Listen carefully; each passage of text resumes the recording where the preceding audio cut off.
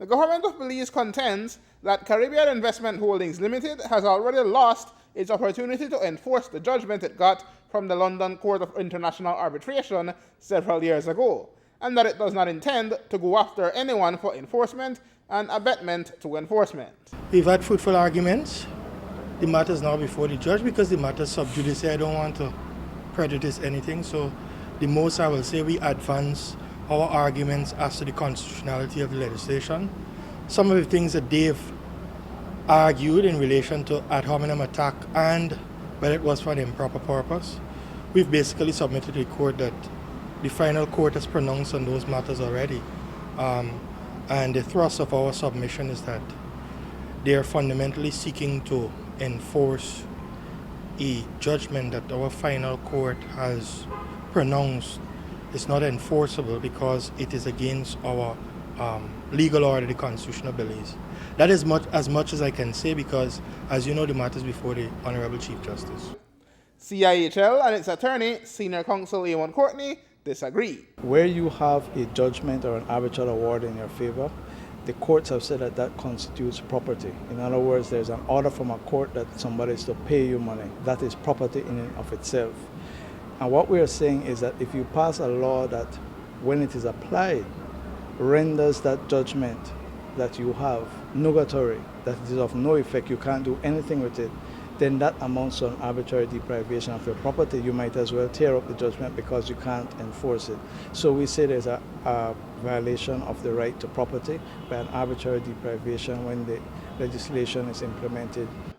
Courtenay and colleagues Ileana Swift and Angeline Welch further argued that CIHL were denied due process by the passage of the law and equal protection under the law by the imposition of stiffer criminal penalties for their attempts at enforcement, supported by what Courtenay describes as vague and imprecise language on what constitutes criminal offences under the new Act.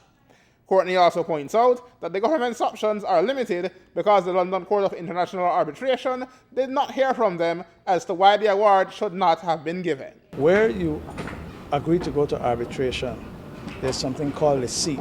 The arbitration agreement says the arbitration is to be held at a particular place. That place is called the seat.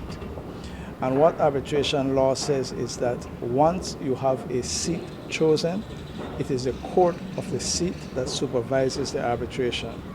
And it is only that court, exclusively that court, that can say an arbitral award is illegal, is void, or is no longer valid.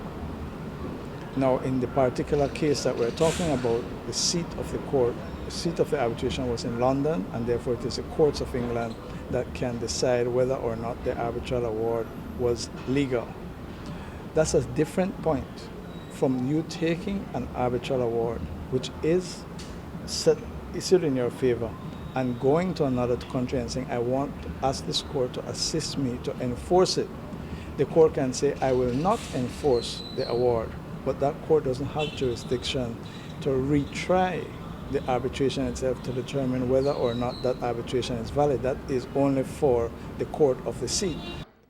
The case for Courtenay Coye LLP itself, as argued by Senior Counsel Magali Marin Young, is that the firm runs the risk of exposure to criminal penalties for its work, a charge that the government denies, but which Courtenay himself stands firm on.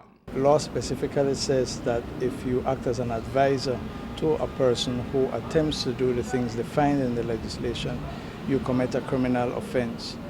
The government has, rather strangely, written a letter saying that they don't interpret advisor to mean a law firm or to be attorneys. Well, a lot of my work and a lot of the work of attorneys is in advising people, so that's a bizarre position to take for the government, but that is their position. We have no confidence in that. Mr. Hawke, the Solicitor General, says that he's not aware of any attempt to go after any attorney. That may be the position today, it might not be the position tomorrow, and so we need the court's determination of what the legislation says. The Chief Justice's decision has been reserved. Aaron Humes reporting for News 5.